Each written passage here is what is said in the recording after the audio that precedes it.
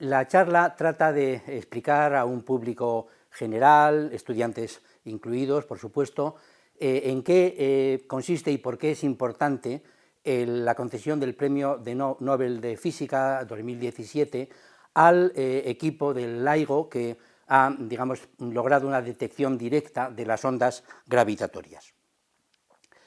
Este premio ha sido concedido a Rainer Weiss, a Barry Barish y a Kip Thorne, que han sido los tres líderes, cada uno en un, digamos, aspecto diferente, de un trabajo impresionante que ha durado pues, prácticamente más de 30 años de desarrollo y que ha conseguido a finales de 2016 la primera detección, de 2015, perdón, la primera detección directa.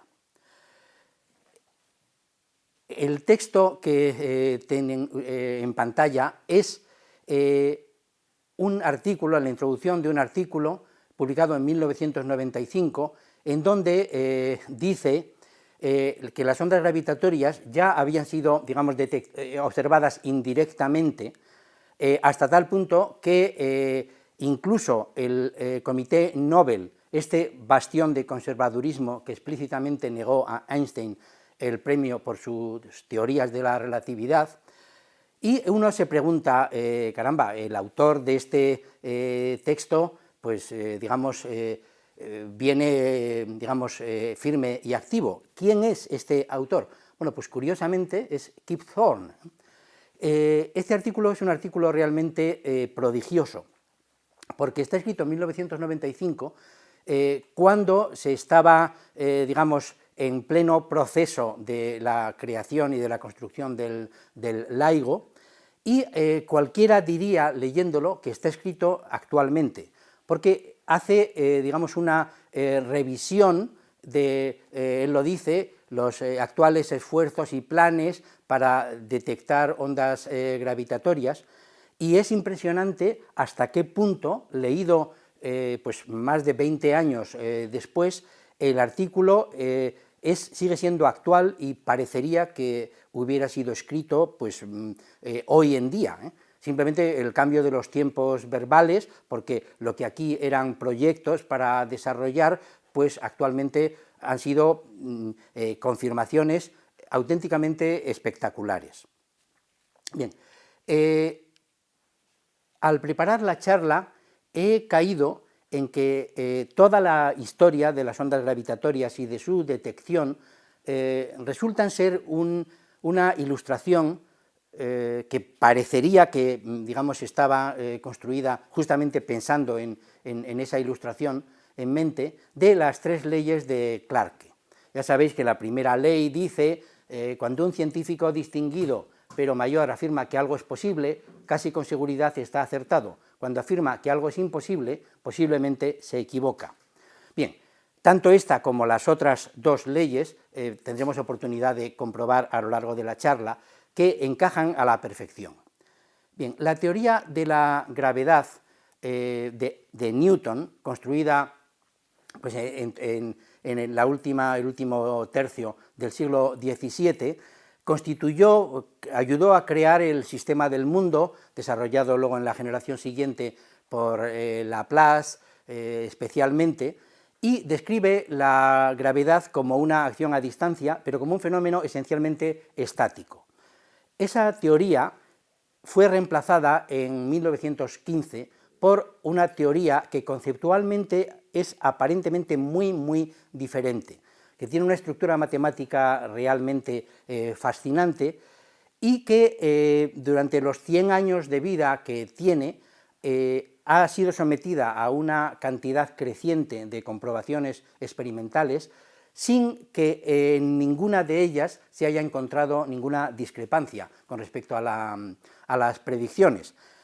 Es una teoría de campos que es dinámica, y en ella el campo gravitatorio es un objeto bastante más complicado que el campo gravitatorio newtoniano, y quizá lo más destacado es que tiene dos componentes, una componente que podemos llamar eléctrica y otra componente que podemos llamar magnética, las dos cosas con comillas, porque no tienen directamente que ver con el electromagnetismo, pero sí tienen que ver en cuanto a que son componentes creadas unas por las masas y la otra por las corrientes de masa. Ligado con la existencia de estas dos componentes está la existencia de ondas gravitatorias. Las ondas gravitatorias no existen en la teoría de Newton, porque en la teoría de Newton solamente el campo gravitatorio, solamente vemos la componente que podemos llamar gravieléctrica, que es estática. Pero sí existen en la teoría de Einstein. ¿En qué consiste una onda gravitatoria? Bien, las ondas que conocemos, que todos conocemos, son fenómenos en los cuales hay una cantidad que oscila, aumenta, disminuye, y ese aumento y esa disminución se propaga en el espacio. En el caso de una onda gravitatoria, hay también un patrón de oscilación, pero es interesante entender que lo que oscila en la onda gravitatoria no es una cantidad en el espacio-tiempo, sino es el propio espacio-tiempo lo que oscila. Es la distancia que hay entre dos objetos en caída libre. La mejor visualización de cómo afecta una onda gravitatoria se obtiene con este diagrama que tienen en la pantalla. Imagínense un anillo de partículas que se supone que están en caída libre, es decir, están en el espacio exterior, en ausencia de todo otro efecto gravitatorio, y que viene una onda gravitatoria que viene desde atrás y atraviesa transversalmente la pantalla. El efecto que esa onda tiene sobre esas partículas es que las distancias entre dos partículas que están en la dirección vertical en la primera fase disminuye y luego vuelve a aumentar, y la distancia entre las partículas que están en la separación que podríamos llamar horizontal tiene el mismo comportamiento, pero va con una diferencia de fase de 90 grados, de manera que cuando una disminuye, la otra aumenta. El efecto neto es que lo que era un círculo evoluciona hasta formar una elipse, y luego una elipse alargada en una dirección, y luego una elipse alargada en la dirección perpendicular. Sobre la amplitud de este efecto, hay que decir que está descrita por una cantidad que es adimensional, que es lo que cambia con el momento de amplitud máxima la distancia entre dos partículas, dividido por la distancia digamos, en equilibrio, en ausencia de onda. Y esto es una cantidad adimensional que se suele llamar h convencionalmente. Es decir, la idea importante es que una onda gravitatoria expande y contrae el espacio en dos direcciones perpendiculares a la dirección de propagación. Quizás para entender las ondas gravitatorias conviene recurrir al paralelismo que dan las ondas electromagnéticas, que son una consecuencia del electromagnetismo de Maxwell y que como tales ondas fueron, digamos, comprobadas experimentalmente por Hertz unos pocos años después. En el caso de las ondas gravitatorias, la predicción original es de Einstein y la comprobación, la detección directa, se ha realizado gracias al LIGO, un instrumento, un interferómetro del que hablará en la segunda parte de la charla Santiago Mar, que es un instrumento realmente prodigioso, en cuya concepción jugó un papel importante Rainer Weiss, uno de los tres premiados, y la otra parte importante se debe a Ronald Drever y a Kip Thorne. A Ronald Drever no se le ha concedido el premio porque desgraciadamente falleció hace aproximadamente un año. Bien, la comparación es interesante porque hay muchos aspectos de la estructura en el cual las ondas gravitatorias son, digamos, tienen propiedades comparables o parecidas a las electromagnéticas. En las electromagnéticas es un hecho que, además de la luz visible, pues hay todo un espectro de radio, microondas, infrarrojos, luz visible, rayos X, rayos gamma, y cada una en cada una de esas regiones del espectro, el universo emite radiación, y cada vez que hemos ido abriendo una ventana a esos nuevos rangos de frecuencia, pues hemos hecho descubrimientos francamente notables, lo cual sugiere que con las ondas gravitatorias pues probablemente pase lo mismo.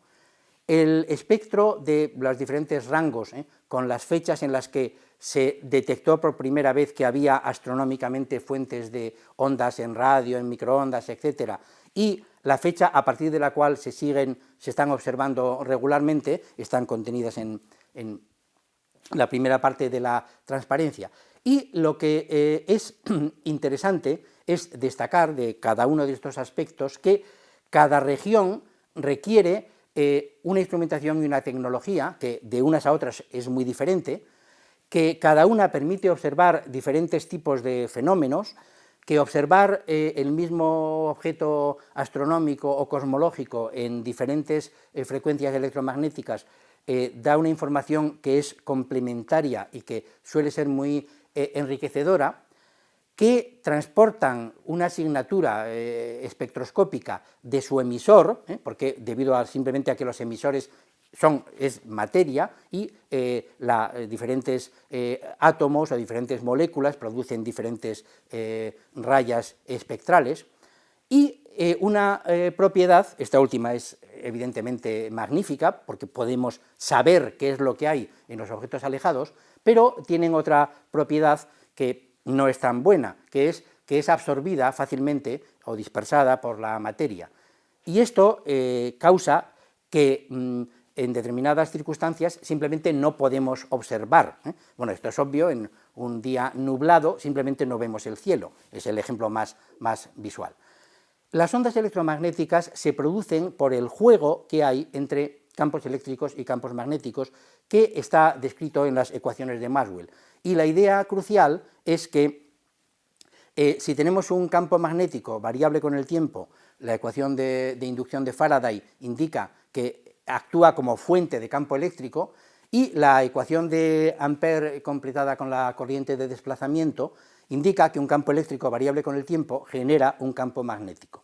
Este mecanismo de creación, de automantenimiento, no necesita que haya fuentes, de manera que las ondas se propagan a la velocidad de la luz, su amplitud disminuye, y disminuye con la distancia como 1 partido por r, cosa que es extraordinariamente importante, porque disminuye mucho más lentamente que los campos estáticos, que dependen de la distancia como 1 partido por r cuadrado, que transportan energía y que han sido generadas o están generadas por cualquier movimiento acelerado de cargas.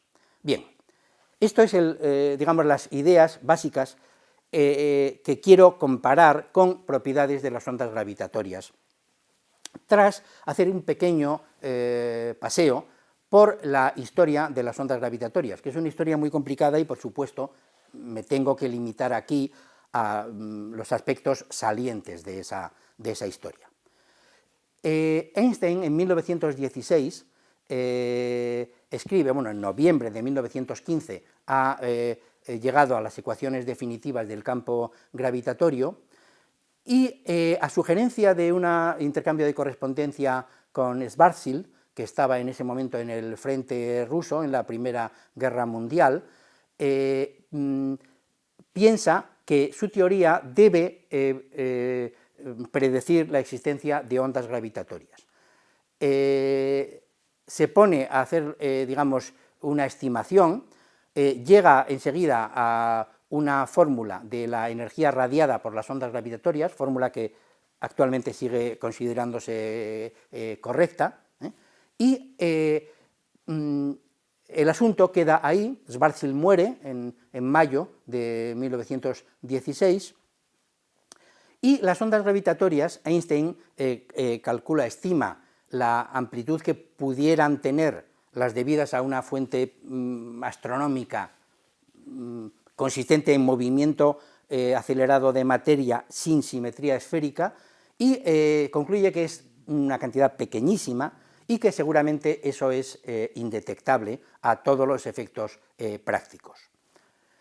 Eddington, que había sido el propulsor de Einstein a la fama con, digamos, la expedición del eclipse y el anuncio de que el eclipse había confirmado la desviación de la luz por un campo gravitatorio del Sol, pues en relación con las ondas gravitatorias tuvo una postura absolutamente, digamos, de ridiculizarlas, diciendo que era una cosa que no tenía ni pies ni cabeza y que no se propagaban a la velocidad de la luz, sino a la velocidad del pensamiento. Era una frase diseñada especialmente para ridiculizarlo. El caso es que quizás la autoridad de Eddington, unida a la, digamos, a la pequeñez de las ondas, sugiere a Einstein que quizás las ondas no existen. No está muy claro cuál fue su postura a lo largo de toda su vida sobre la realidad de las ondas, pero en 1936 envía a publicar un artículo en donde la conclusión es que las ondas gravitatorias realmente no existen y realmente no transportan energía. Este artículo tiene una historia bastante curiosa, porque fue uno de los primeros artículos que se envió a un referee, lo envió a Physical Review. El referee se ha sabido, pasados 50 años, que fue Robertson, y Robertson en su informe señala que el trabajo técnicamente tiene un error. El trabajo técnicamente es complicado porque los problemas de la invariancia Gates en gravitación son muy delicados, y realmente se ha tardado mucho tiempo en entender esos aspectos bien. El caso es que Einstein cambia de opinión como consecuencia del artículo, digamos, del informe de referee de Robertson, pero se enfada mucho con el editor de la revista y no volvió a publicar en Physical Review. Aún así no está claro si realmente cambió de opinión y pensó que las ondas gravitatorias existían realmente. El cambio, que realmente fue algo como una transición de fase, se produce a mediados de la década de los 50, sobre todo por el trabajo de un grupo de físicos ingleses, John Synge, Félix Pirani y Hermann Bondi, era de origen austriaco pero nacionalizado inglés, que participan en una famosa reunión que tuvo lugar en 1957 en Chapel Hill, en Carolina, en Estados Unidos, y como en tantos otros asuntos fue Feynman quien marcó un punto de inflexión. Hasta ese momento había división de opiniones con muchos de los teóricos de gravitación. Hay que indicar que es un momento en el que no había observaciones, era prácticamente imposible obtener observaciones fiables. Bueno, pues como en tantos otros asuntos, fue Feynman quien en esa reunión planteó un experimento mental, que se ha hecho luego muy famoso, para convencer a la audiencia de que las ondas gravitatorias debían existir y debían ser detectables y debían transportar energía, y prácticamente convenció a la gente en muy pocos años, de manera que a partir de 1960 se comienza ya decididamente la búsqueda. La búsqueda la comenzaron Joseph Weber en 1960 y su estudiante Robert Forward, los cuales curiosamente no consiguieron detectar con unos detectores de un cilindro resonante de varias toneladas de peso de aluminio. No hay, parece que la eventual detección que anunciaron no fue una detección real, pero lo que sí está claro es que abrieron el camino a la evolución posterior. Y la evolución posterior ya fue el propio Weber el que la sugirió, sugiriendo que la detección por medios interferométricos era seguramente la mejor alternativa. Conviene poner en este momento, señalar cuál fueron los cambios que se estaban produciendo en esta década, en los 1960, y es que comienza a haber observaciones en radioastronomía que no había habido antes y que generan descubrimientos de objetos que antes no se sabía que existieran. Tampoco se sabía al principio qué eran, son los quasars y los pulsars, y en el aspecto teórico se va, digamos, asentando los modelos de colapso estelar que inicialmente habían sido propuestos por Chandrasekhar, pero que también Eddington había ridiculizado, pero después de Oppenheimer y Snyder, estos modelos comienzan a asentarse, se comienza a ver que es prácticamente inevitable que el colapso estelar de estrellas de cierta masa acabe formando estrellas de neutrones o agujeros negros, dependiendo de la masa, y hoy sabemos que todo esto es así, es decir, hoy sabemos que en el centro de nuestra galaxia hay un agujero negro de unos 4 millones de masas solares, sabemos que los pulsars son un sistema binario de estrellas de neutrones que emiten haces muy colimados de radiación electromagnética muy potente, y que los quasars son los sistemas de acreción hacia los agujeros negros supermasivos que suponemos que existen en el núcleo, en el centro de las galaxias. Bien, teniendo en cuenta que en 1960 aproximadamente todo esto empezaba a bullir, pues se propone la detección de ondas gravitatorias a través de detección con interferómetros.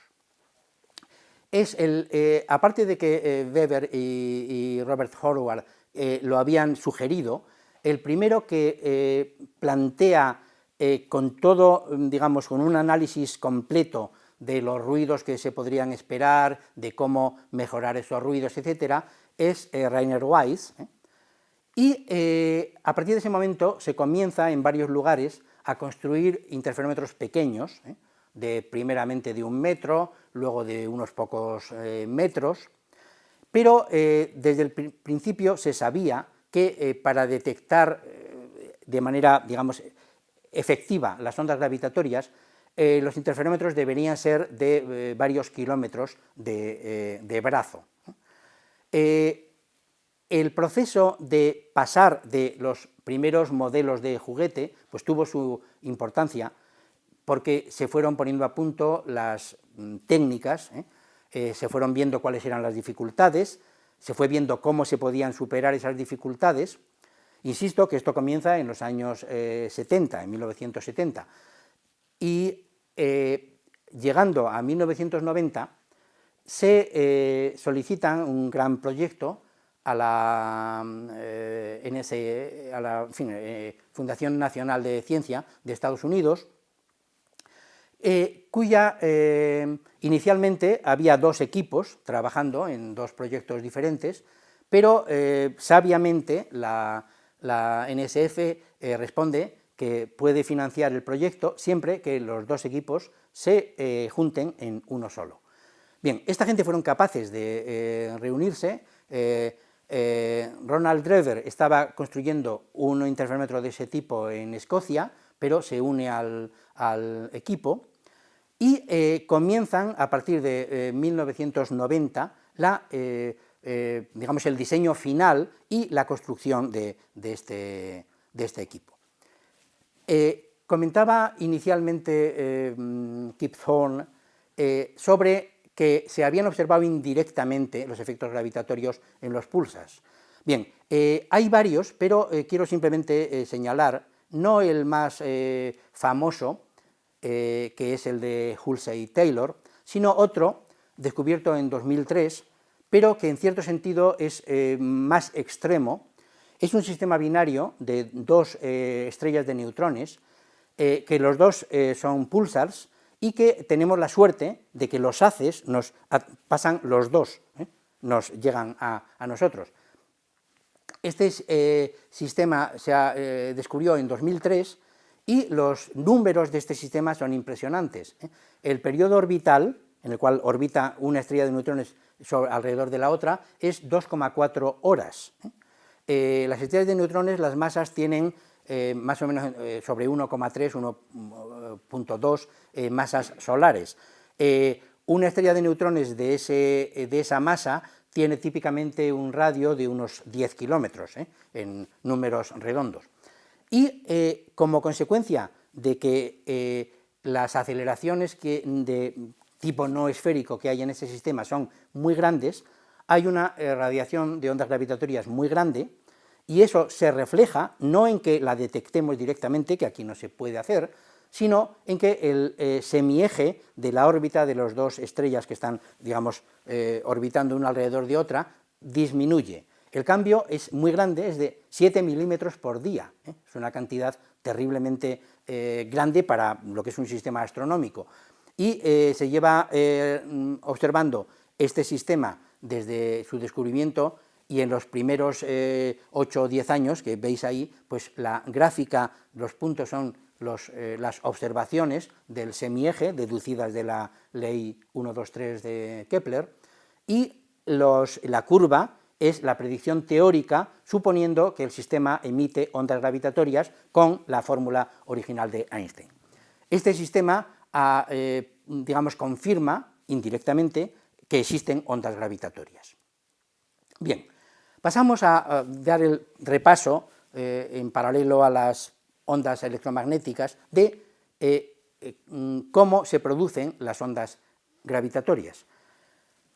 Son consecuencia de las ecuaciones de Einstein y se propagan a la velocidad de la luz. Están automantenidas por el juego entre los campos de marea de tipo eléctrico y de tipo magnético, y lo que es importante es que son muy débiles. Esta debilidad se ve mejor que con ningún otro ejemplo, diciendo simplemente, bueno, tenemos un sistema, la masa más grande que tenemos a mano aquí es el Sol y Júpiter, y están orbitando con un movimiento que tiene aceleración. ¿Emiten ondas gravitatorias? Pues sí, se hace el cálculo y la potencia radiada es del orden de 5.000 vatios. 5.000 vatios es la potencia que uno tiene contratada en su casa, básicamente la potencia eléctrica. Es decir, y esa es la potencia total que se emite y que se expande por todo el espacio. Es obvio que estos fenómenos tienen que ser debilísimos. Podemos producir ondas gravitatorias, igual que podemos producir ondas electromagnéticas. Bueno, pues la respuesta es no creemos que eso sea posible. Se necesitarían unas masas enormes y unas aceleraciones enormes sobre las que no podemos hacer experimentos. Podemos observar las que podamos, simplemente. Bien, y estas ondas tienen frecuencia y tienen amplitud. ¿Cuáles son la frecuencia y la amplitud de estas ondas? En lo que respecta a la frecuencia, resulta que hay un espectro completo que cubre en la región superior desde aproximadamente 1000 hercios de frecuencia hasta del orden de 10 hercios. Ese es el rango en el que el LIGO es capaz de detectar, y las fuentes con esa frecuencia son las últimas etapas de la colisión de estrellas de neutrones o agujeros negros, pero luego hay posiblemente ondas gravitatorias de frecuencias cada vez más y más y más pequeñas, hasta llegar a 10 a la menos 16 hercios, que es prácticamente una oscilación, o un orden de magnitud, de una oscilación en la vida del universo. Bien, estas últimas, si son detectables, serán indirectamente a través de su huella en el fondo cósmico de microondas. En medio hay otros rangos de frecuencia en los cuales hay proyectos de observación con un interferómetro en el espacio, el LISA. Esto en lo que respecta a la frecuencia. Y en lo que respecta a la amplitud,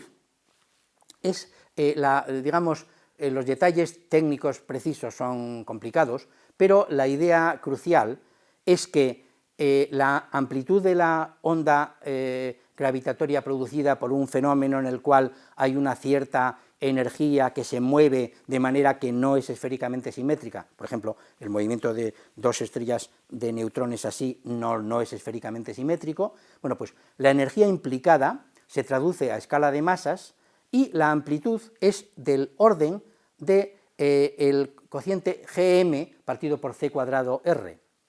Es decir, dependen de r, exactamente igual que las ondas electromagnéticas, con 1 partido por r.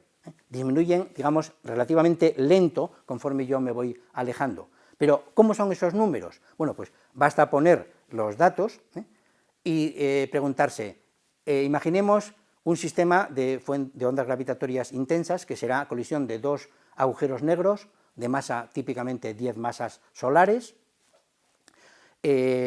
Su radio, el radio de Schwarzschild para 10 masas solares es también del orden de 20 kilómetros aproximadamente. En los últimos momentos, antes de la colisión, la frecuencia a la que se emiten las ondas es del orden de 100 hercios aproximadamente, y la amplitud recibida depende de dónde esté. Si tenemos la suerte de que esté en nuestra galaxia, pues podemos hacer una estimación de que h es del orden de 10 a la menos 17. Si está en el borde, bueno, a un décimo del universo observable, no es el borde, la amplitud es del orden de 10 a la menos 22. El proyecto de LIGO pretende ser capaz de detectar en todo este rango de amplitudes, llegando por debajo hasta 10 a la menos 22 o incluso un poquito menos. Si traducimos esto a números, a distancias, os dais cuenta que es impresionante. Ese 10 a la menos 22 significa que en 4 kilómetros lo que cambia la distancia entre los dos extremos es 10 a la menos 22 veces 4 kilómetros, y esto es del orden de 10 a la menos 18 metros, y 10 a la menos 18 metros es del orden de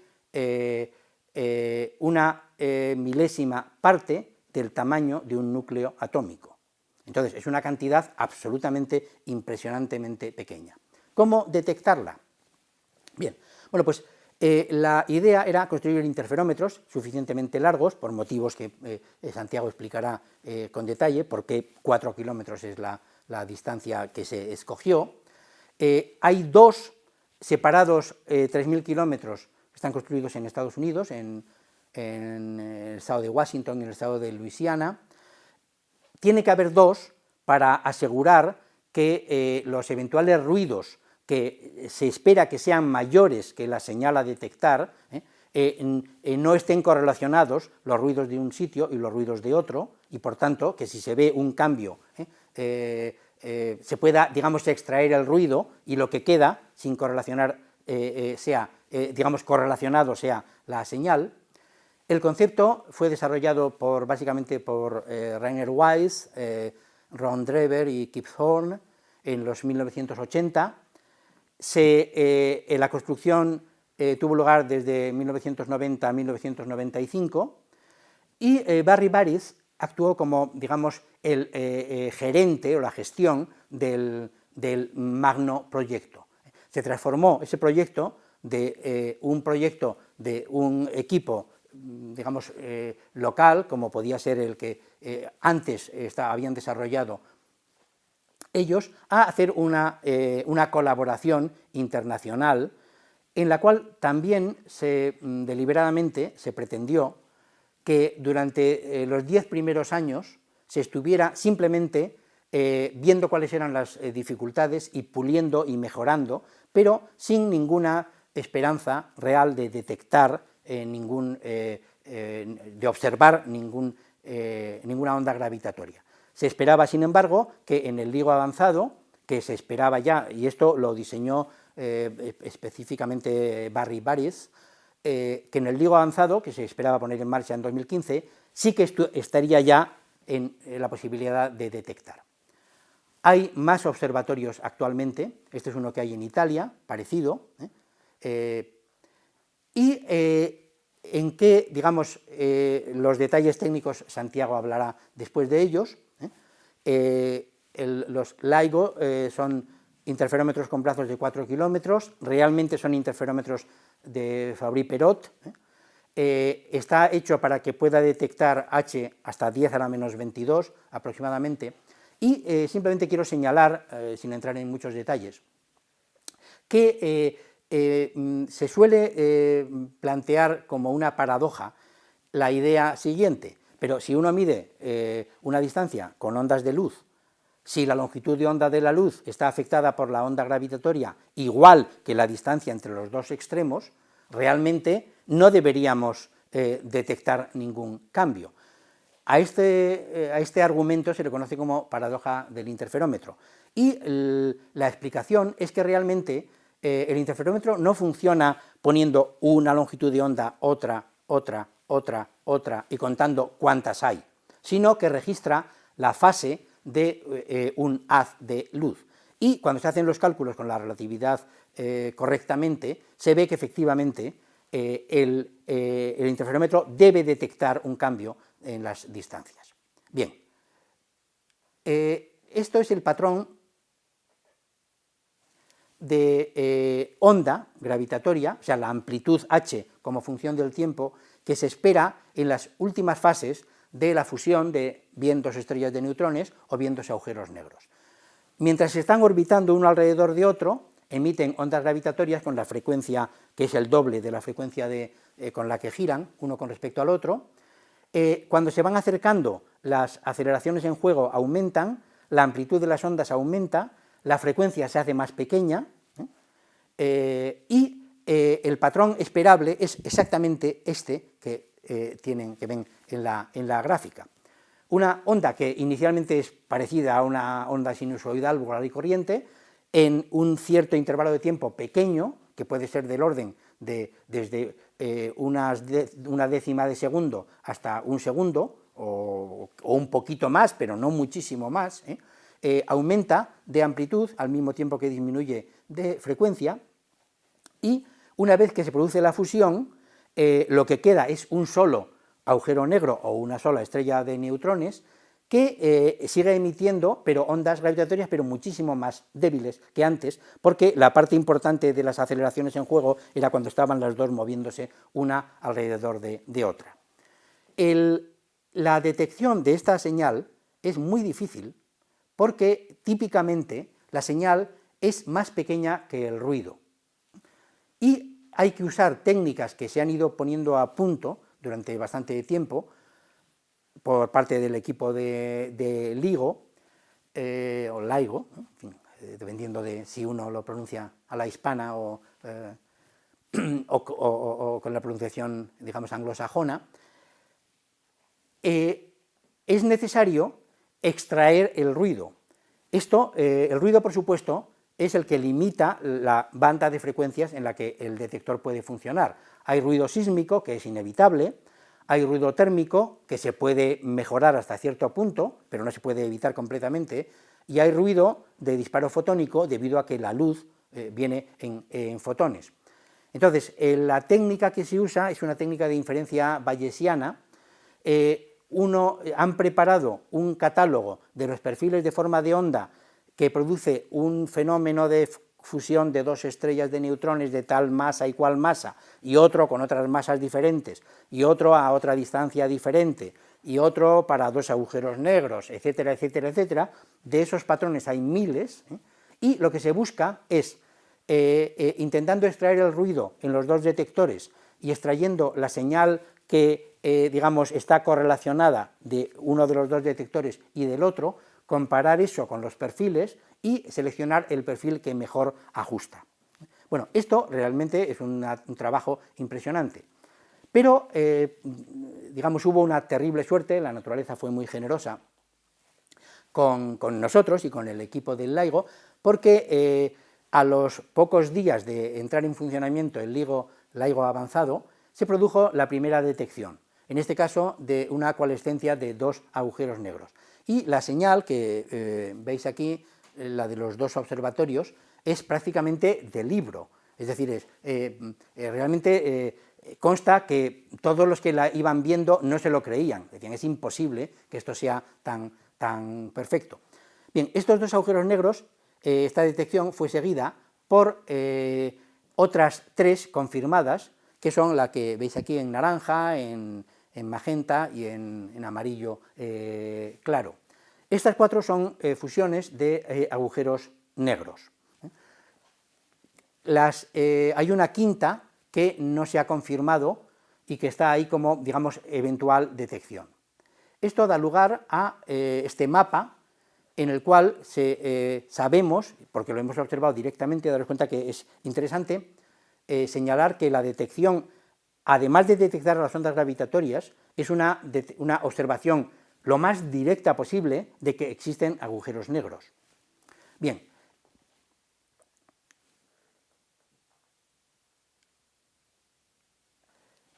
Aquí tenéis los datos de los dos agujeros negros de la primera detección. Las masas son del orden de 30 veces la masa del Sol, y la energía emitida en la fusión, en forma de ondas gravitatorias, es la friolera de 3 veces la masa solar transformada en energía. Para haceros una idea de lo absolutamente descomunal que es esta cantidad, pensad que el Sol, a lo largo de toda su vida, emitirá una fracción que es una fracción relativamente pequeña de su masa, solamente, y eso lo emitirá a lo largo de unos 10.000 millones de años. Bueno, pues esto en unas décimas de segundo emite 3 veces la masa completa del Sol. Bien,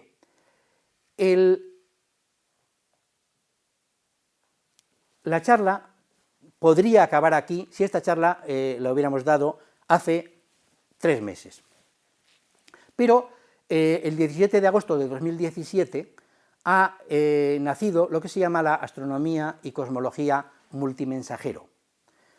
Y esto ha nacido porque en esa fecha se produjo la primera detección de una fusión de 2 estrellas de neutrones. ¿Por qué es importantísimo y por qué es tan diferente observar una fusión de estrellas de neutrones y una de agujeros negros? Pues porque la de agujeros negros emite solo ondas gravitatorias, mientras que en la fusión de estrellas de neutrones hay una cantidad terrible de materia en forma, bien, digamos, el núcleo de neutrones de la estrella, o bien todas las capas exteriores, en donde hay materia más o menos ordinaria, a grandes presiones, etcétera, etcétera. Bien, entonces, naturalmente, en el momento de la fusión, una parte importante de esta materia es expulsada con enormes aceleraciones y grandísimas velocidades, y eso emite radiación electromagnética también.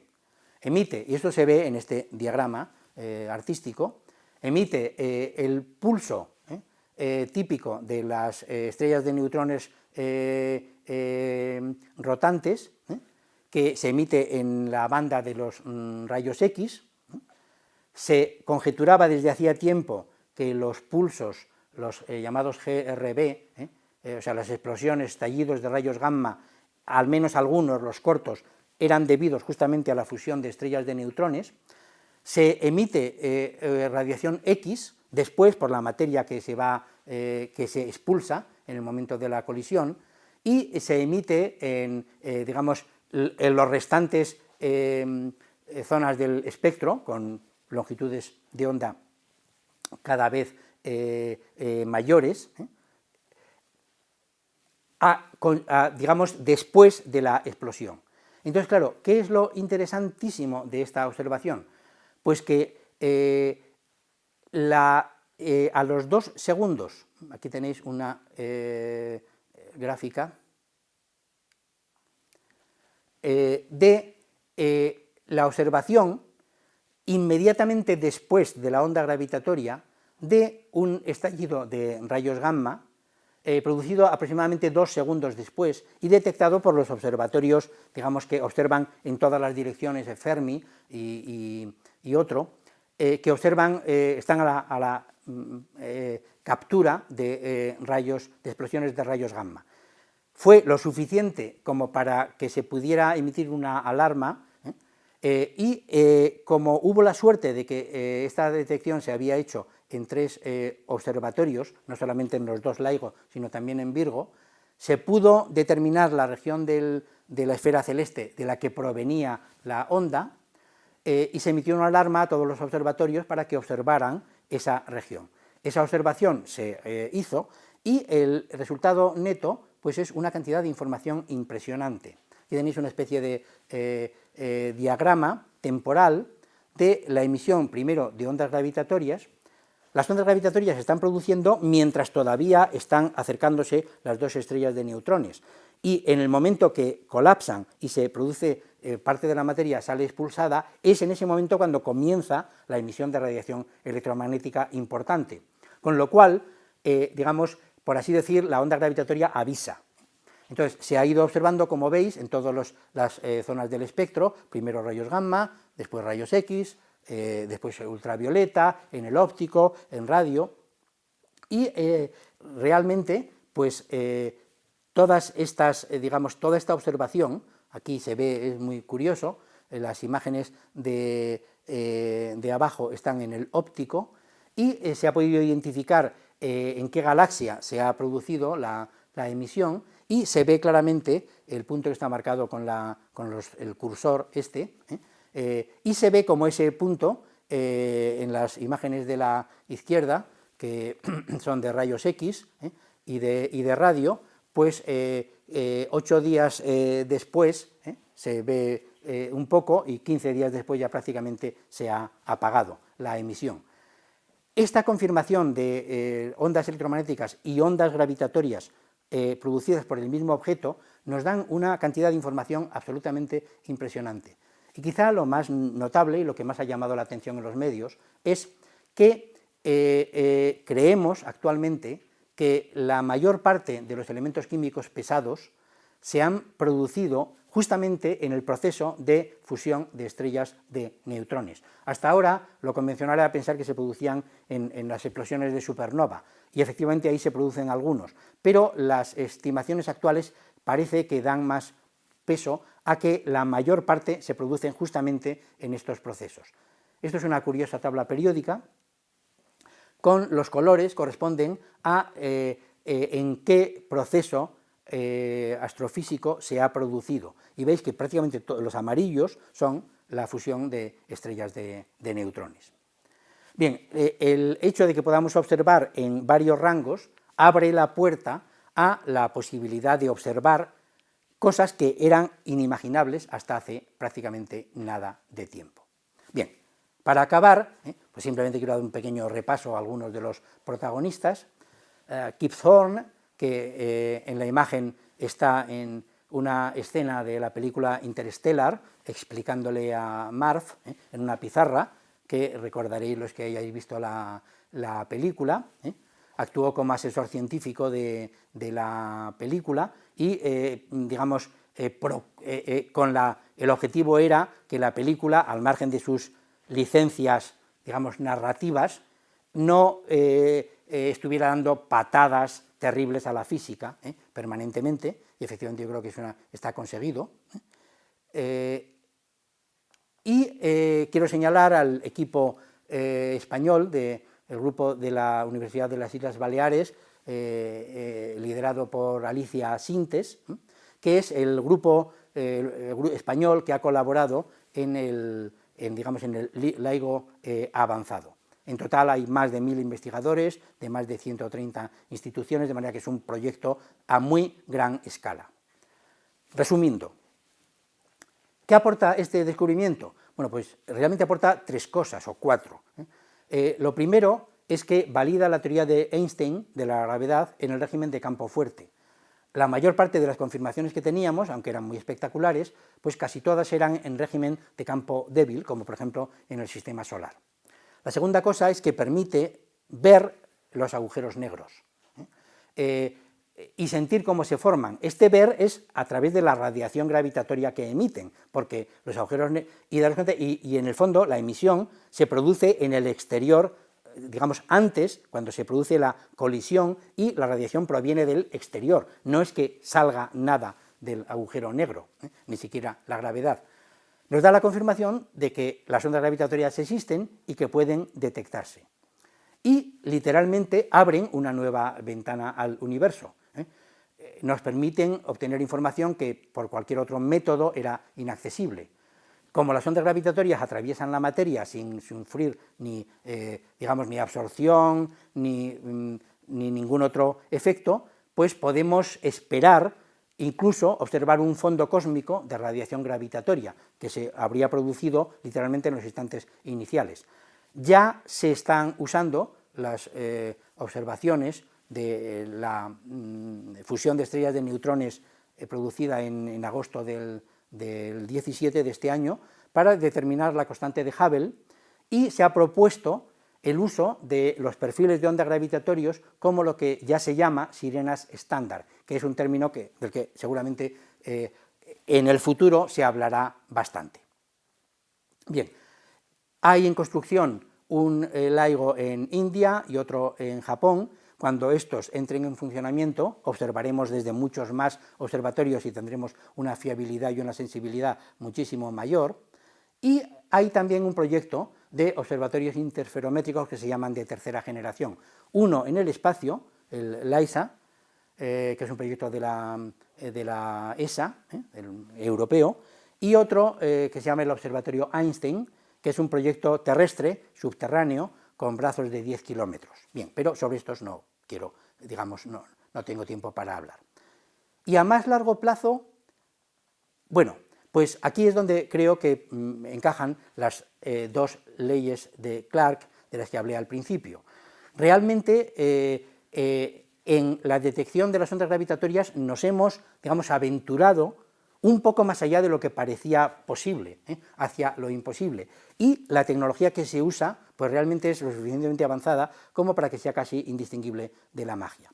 Acabo con estas palabras de Rainer Weiss, que dice: hay cálculos que indican que en los primeros instantes del universo, digamos con el universo recién nacido, había una cantidad enorme de radiación gravitatoria de fondo generada, de ondas gravitatorias generadas en este momento.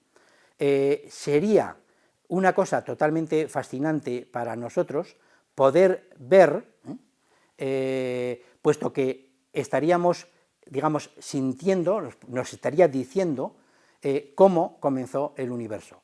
En algún punto, no con los detectores que tenemos ahora, confiamos en ser capaces de mirar a los comienzos del universo. Uno puede pensar, bueno, hay que ser escéptico sobre esto. Bueno, realmente nos completa la ley de Clarke, que la parte que decía, cuando un científico distinguido pero mayor afirma que algo es posible, casi con seguridad está acertado. Rainer Weiss es un científico distinguido y mayor. Entonces, bueno, deberemos confiar en que efectivamente esté acertado y tengamos por delante una nueva ventana al universo que nos dará una información de la que antes no podríamos ni haber soñado. Muchas gracias.